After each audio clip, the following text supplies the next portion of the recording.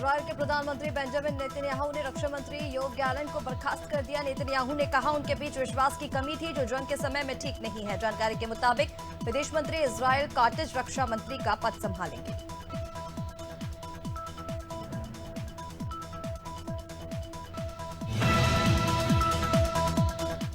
Supreme court ने light motor vehicle license holders को 7,500 kilo तक वजन वाली गाड़ियां चलाने की परमिशन दे दी है। सुनवाई के दौरान कोर्ट ने कहा कि ऐसा कोई डाटा नहीं है जो साबित करता हो कि एलएमवी ड्राइविंग लाइसेंस होल्डर्स देश में बढ़ती सड़क दुर्घटनाओं के लिए जिम्मेदार है।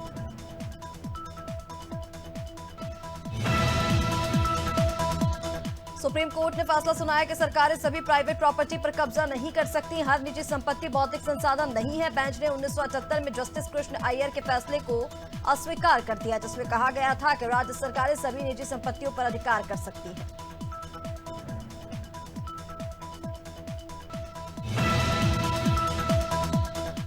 विदेश मंत्री एस जयशंकर ने बताया कि चीन के साथ डिसएंगेजमेंट चैप्टर अब खत्म हो गया। दोनों देशों के सुनाए एलएसी से लगे तेपसांग और डैमचौक के विवादित क्षेत्र में अपनी वापसी का काम पूरा कर चुकी है। अब मामला काफी आगे बढ़ चुका है। जयशंकर कैनबरा में ऑस्ट्रेलियाई विदेश मंत्री पेनी वोंग के साथ ज्वाइंट प्रेस कॉन्फ्रेंस में बोल रहे थे। मुख्यमंत्री डॉक्टर मोहन यादव ने बड़ा बयान दिया। कनाडा में हिंदुओं पर हुए अत्याचार को लेकर सीएम ने संवेदनाएं व्यक्त की। वहीं मध्य प्रदेश के जंगलों में हाथियों की पसाहट को लेकर भी सीएम ने कहा कि मध्य प्रदेश के लिए यह गौरव का विषय है कि हाथियों ने यहां बसेरा बनाया है।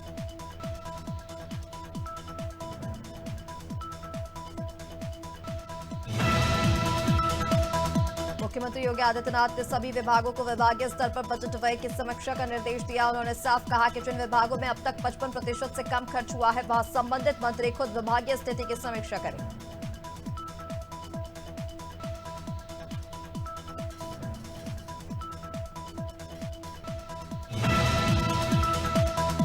महाराष्ट्र के सीएम एकनाथ शिंदे ने महायुति गठबंधन के घोषणा पत्र के 10 प्रमुख वादों का ऐलान किया। कोल्हापुर में जनसभा के दौरान उन्होंने कहा कि विजन महाराष्ट्र 2029 के लिए सरकार बनने के 100 दिन के भीतर इन वादों को पूरा किया जाएगा। शिंदे ने कहा कि महायुति का पूरा घोषणा पत्र आने वाले दिनों में सार्वजनिक किया जाएगा।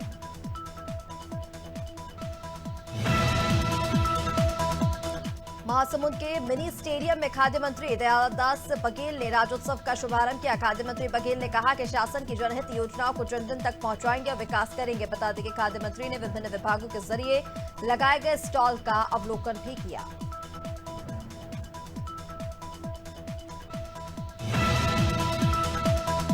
छठ पूजा की तैयारियों का जायजा लेने नगर विकास एवं ऊर्जा मंत्री ए.के. शर्मा बाराबंकी पहुंचे। इस दौरान उन्होंने मातहतों को प्रकाश, सफाई आदि व्यवस्थाओं को सुचारू करने के निर्देश दिए। इस मौके पर उन्होंने कहा कि मदरसा शिक्षा मामले पर सुप्रीम कोर्ट के फैसले का अध्ययन किया जा रहा है।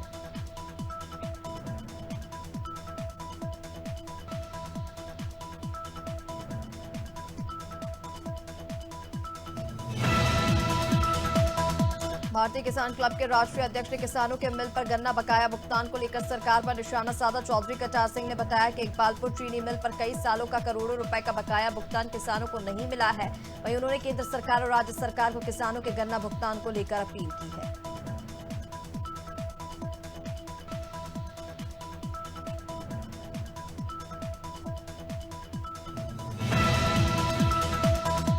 राजनांदगांव के पद्मश्री गोविंद राम निर्मलकर ऑडिटोरियम में जिला स्तरीय राज्योत्सव का आयोजन किया गया। इस दौरान मुख्य अतिथि के रूप में छत्तीसगढ़ विधानसभा अध्यक्ष डॉक्टर रमन सिंह मौजूद रहे। उन्होंने स्टॉल एवं प्रदर्शनी का अवलोकन किया। इस दौरान बड़ी संख्या में अधिकारी कर्मचारी मौजूद रहे।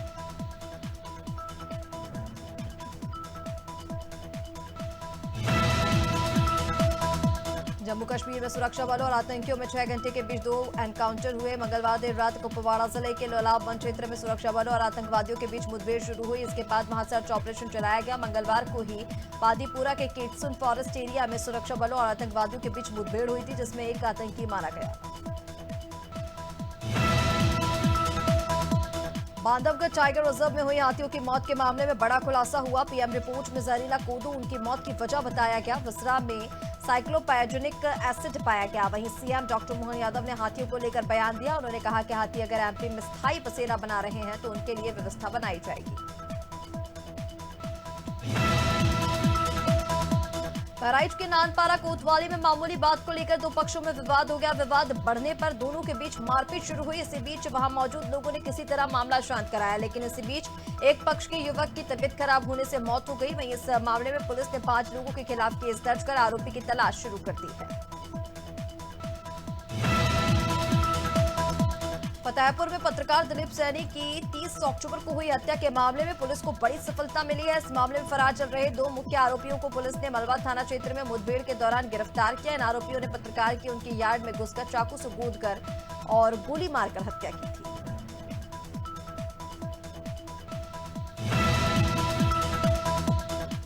भोपाल में ईडी की टीम ने बड़ी कार्रवाई की है। ईडी ने शहर के बड़े चार्टर्ड अकाउंटेंट बीसी जैन के ठिकानों पर छापेमारी कार्रवाई की। टीम ने सुबह 6 बजे अरेरा कॉलोनी में स्थित उनके ठिकाने पर इस कार्रवाई को अंजाम दिया। जानकारी के मुताबिक बीसी जैन के खिलाफ बड़े पैमाने पर मनी लॉन्ड्रिंग करने वाले काले धन को सफेद करने की शिकायत मिली थी। भोपाल नगर निगम की पेंशन शाखा में लोकायुक्त ने छापेमार कार्रवाई की। इस दौरान लोकायुक्त टीम ने लिपिक दौलत कुमार घोसले को 5,000 रुपए की रिश्वत लेते हुए रंगे हाथों पकड़ा। बता दें कि आवेदक मुकेश अपने पिता की पेंशन की राशि मां के नाम ट्रांसफर करने के लिए नगर निगम गया था। यहां लिपिक ने उससे 5,000 की रिश्वत मांगी थी। गोंडा के एसओजी और कोतवाली नगर पुलिस अवैध गांजे की तस्करी करते 2 युवकों को गांजे के साथ गिरफ्तार किया है। तस्करों के कब्जे से 1 क्विंटल से ज्यादा गांजा बरामद हुआ है, जिसकी कीमत 25 लाख रुपए बताई जा रही है। ये तस्कर बिहार, उड़ीसा, असम से गांजों की तस्करी किया करते थे।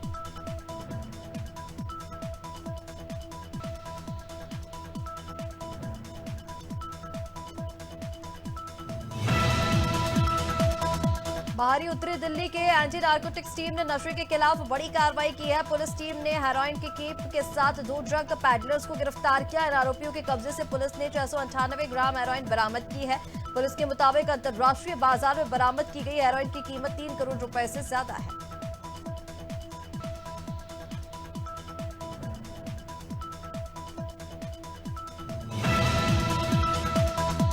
झाबुआ जिले के पारा चौकी क्षेत्र में अवैध शराब के परिवहन का मामला सामने आया। स्थानीय लोगों ने एक पिकअप वाहन को पकड़ा और पुलिस को सौंप दिया। सोशल मीडिया पर वायरल हो रहे वीडियो में स्पष्ट दिखाई दे रहा है कि वाहन में 1 दर्जन से अधिक पेटी अवैध शराब थी, लेकिन पुलिस ने कार्रवाई करते हुए मात्र 4 पेटी शराब का ही केस दर्ज किया।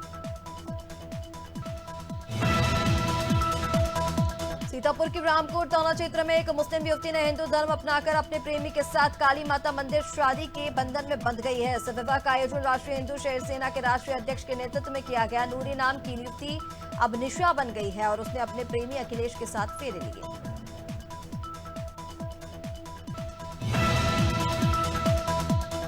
रामनगर के टिकोली में एक गांव में बाघ के हमले से महिला की मौत हो गई। महिला का शव जंगल में घास में पड़ा मिला। घटना कॉर्बेट नेशनल पार्क के सबदली रेंज की बताई जा रही है। एक और महिला के परिजनों में कोहराम मचा हुआ है, तो वहीं गांव में बाघ की दस्तक को लेकर ग्रामीणों में दहशत का माहौल है।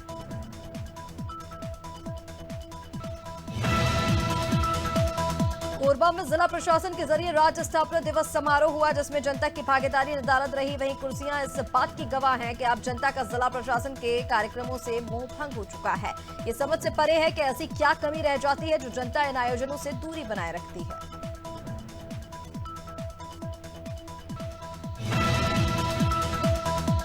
राज्योत्सव कार्यक्रम जहां पूरे देश में बड़ी धूमधाम से मनाया जा रहा है, तो वहीं सूरजपुर जिले में इसका रंग फीका नजर आया, जो लोगों के लिए चर्चा का विषय बना रहा। जहां कार्यक्रम स्थल पर कुर्सियां खाली नजर आईं, तो वहीं लोगों की मौजूदगी भी नजर नहीं आई।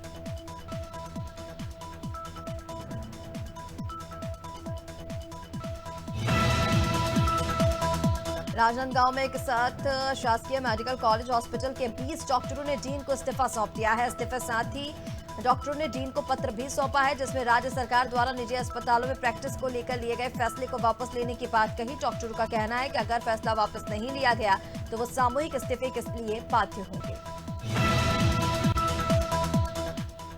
खेरागढ़ पुलिस को 3 और गौ तस्करों को गिरफ्तार किया है। एसपी त्रिलोक बंसल ने प्रेस कॉन्फ्रेंस कर बताया कि गातापार थाना क्षेत्र में पिछले दिनों अंतर्राज्यीय गौ तस्करों पर पुलिस ने कार्रवाई की थी। पुलिस लगातार गौ तस्करों के गिरोह के अंतिम आरोपी तक पहुंचने का प्रयास कर रही है, जिसमें 7 आरोपियों को पकड़ने में कामयाबी हासिल हुई है। बहराइच में टॉप माफिया देवेंद्र सिंह और गब्बर सिंह की अवैध संपत्ति पर शिकंजा कस दिया गया। जहां जिला प्रशासन ने गब्बर सिंह के मोहल्ला रायपुर राजा में पत्नी के नाम पर बने मकान को कुर्क कर दिया। इस मकान की कीमत 1 करोड़ से अधिक बताई जा रही है, जिसे अवैध रूप से धन अर्जित कर बनवाया गया था।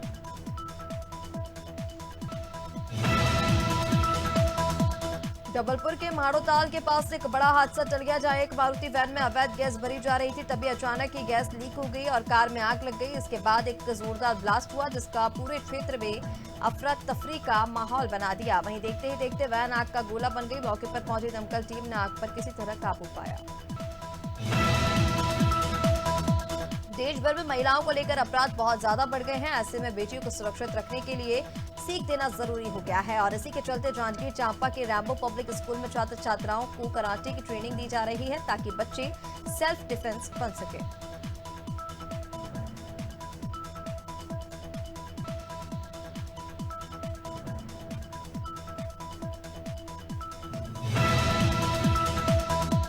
सेंसेक्स आज 300 अंक से ज्यादा की तेजी के साथ 69,770 के स्तर पर कारोबार कर रहा है। निफ्टी में भी 100 अंक की बढ़त है, ये 24,310 के स्तर पर कारोबार कर रहा है। सेंसेक्स के 30 शेयरों में से 22 में तेजी और 8 में गिरावट है। निफ्टी के 50 शेयरों में से 43 में तेजी और 7 में गिरावट है।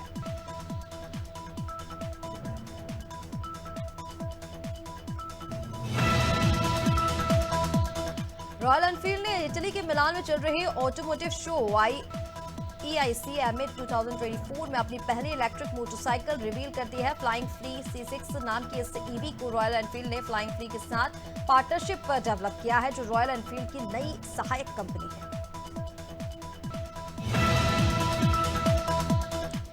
इंडियन ऑयल कॉर्पोरेशन को वित्त वर्ष 2024-25 की दूसरी तिमाही में 2016 करोड़ रुपए का कंसोलिडेटेड नेट प्रॉफिट मुनाफा हुआ है। सालाना आधार पर यह 3.8 गुना बढ़ा है। एक साल पहले की समान तिमाही में कंपनी को 420 करोड़ रुपए का मुनाफा हुआ था। नतीजों के अलावा इंडियन ऑयल की बोर्ड ने शेयरधारकों के प्रति थाईलैंड ने भारतीय नागरिकों के लिए अपनी वीजा फ्री एंट्री पॉलिसी के अनिश्चितकालीन विस्तार की घोषणा की। ये योजना 11 नवंबर 2024 को खत्म होने वाली थी। इस पॉलिसी के तहत इंडियन विजिटर्स थाईलैंड में 30 दिनों तक वीजा फ्री रह सकते हैं। वीजा फ्री एंट्री से ट्रैवलर्स के लिए एंट्री प्रोसेस सरल बनती है, जिससे उस देश में ट्रैवल कर सकते हैं। भारत ने ओलंपिक गेम्स 2036 की मेजबानी हासिल करने के लिए दावेदारी पेश कर दी है। इसके तहत इंडियन ओलंपिक एसोसिएशन ने इंटरनेशनल ओलंपिक काउंसिल को लेटर लिखा है। गेम्स अहमदाबाद के सरदार पटेल स्पोर्ट्स कॉम्प्लेक्स में हो सकते हैं। यदि भारत ओलंपिक गेम्स की मेजबानी हासिल कर लेता है तो ये पहला मौका होगा जब यहाँ ओलंपिक गेम्स का आयोजन होगा। आईपीएल का मेगा ऑक्शन 24 और 25 नवंबर को सऊदी अरब के जेद्दाह में होगा। ऑक्शन के लिए 1574 खिलाड़ियों के रजिस्ट्रेशन कराया है। पिछले साल मिनी ऑक्शन दुबई में हुआ था। अब मेगा ऑक्शन सऊदी अरब में होने वाला है। दिल्ली कैपिटल्स से रिलीज किए गए ऋषभ पंत, केएल राहुल और श्रेयस अय्यर पर बड़ी बोली लगने की उम्मीद है। पूर्व ऑस्ट्रेलियाई opener David Warner big bash league के अगले सीजन के लिए सिडनी थंडर्स के नए कप्तान बनाए गए हैं। वे क्रिस टीम के जगह लेंगे, ये जानकारी फ्रेंचाइजी ने दी। वार्नर 2011 में इस फ्रेंचाइजी की कप्तानी कर चुके हैं। 12 दिन पहले 25 अक्टूबर को क्रिकेट ऑस्ट्रेलिया के कंडक्ट कमीशन ने वार्नर के ऊपर से लाइफ टाइम कप्तानी का बैन हटाया। विमेंस क्रिकेटर्स की सोशल मीडिया ट्रोलिंग और उन पर होने वाले गलत कमेंट्स से रोकने की आईसीसी ने तैयारी कर ली है। ग्लोबल ऐप की मदद से अब प्लेयर्स पर होने वाले गलत कमेंट्स ऑटोमेटिक डिलीट हो जाएंगे। जिन कमेंट्स में आपत्तिजनक शब्द होंगे वे प्लेयर्स और टीम के सोशल मीडिया अकाउंट पर हाइड कर दिए जाएंगे।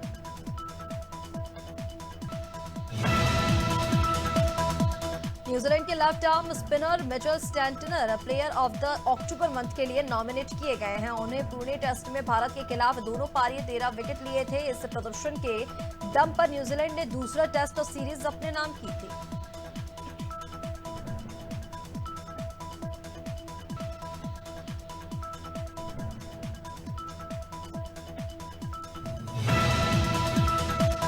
भारत के विराट कोहली और पाकिस्तान के बाबर आजम एक टीम से खेलते नजर आ सकते हैं। दोनों एफ्रो एशिया कप में एशिया टीम के मेंबर बनकर उतर सकते हैं। दरअसल 17 साल बाद एफ्रो एशिया कप फिर से कराने की कोशिश हो रही है। टूर्नामेंट आखिरी बार 2007 में हुआ था, जब एशिया 11 और अफ्रीका 11 के बीच मैच हुआ था।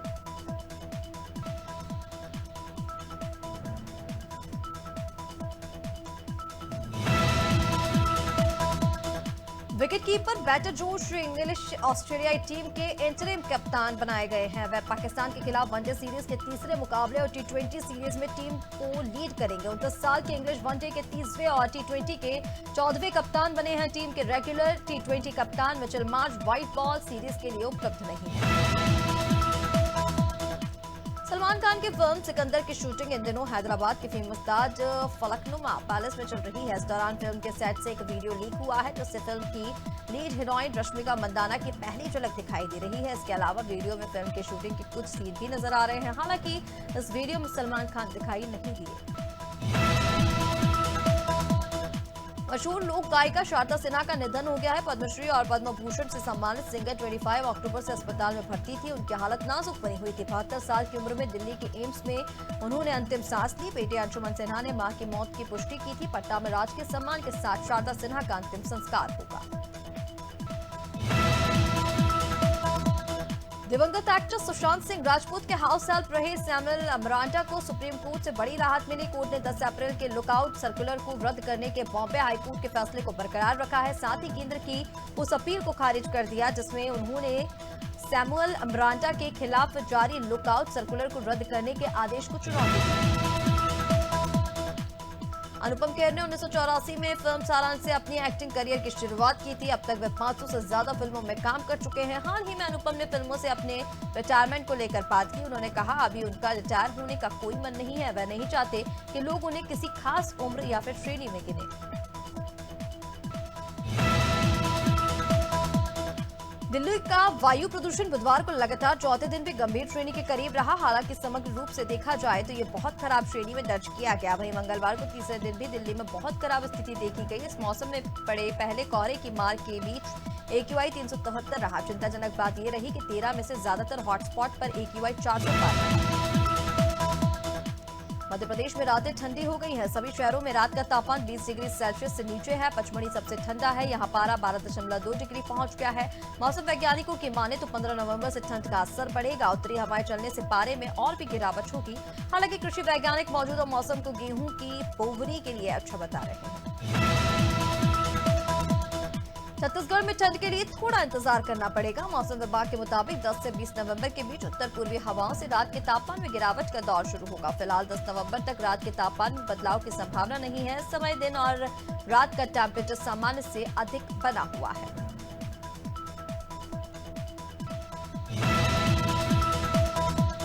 तो वहीं अक्टूबर का महीना बिना ठंड की शुरुआत के ही गुजर गया। राज्य में अब नवंबर महीने को लेकर भी मौसम विभाग ने ठंड कम रहने का अनुमान बताया। पूरे नवंबर राज्य में अधिकतम तापमान कहीं सामान्य तो कहीं सामान्य से अधिक बना रहेगा। मौसम विभाग की माने तो पूरे भारत में यह अक्टूबर का महीना साल 1901 के बाद सबसे गर्म रहा है। महापर्व छठ के दौरान इस बार पिछले साल की तुलना में तापमान में थोड़ी वृद्धि दर्ज हुई है। वहीं मौसम विभाग के अनुसार 7 और 8 नवंबर को पटना सहित अन्य जिलों में सुबह के समय धुंध रहेगी। साथ ही मौसम शुष्क बना रहेगा। इसके अलावा प्रदेश के 13 जिलों में सुबह के समय कोहरे का प्रभाव रहेगा।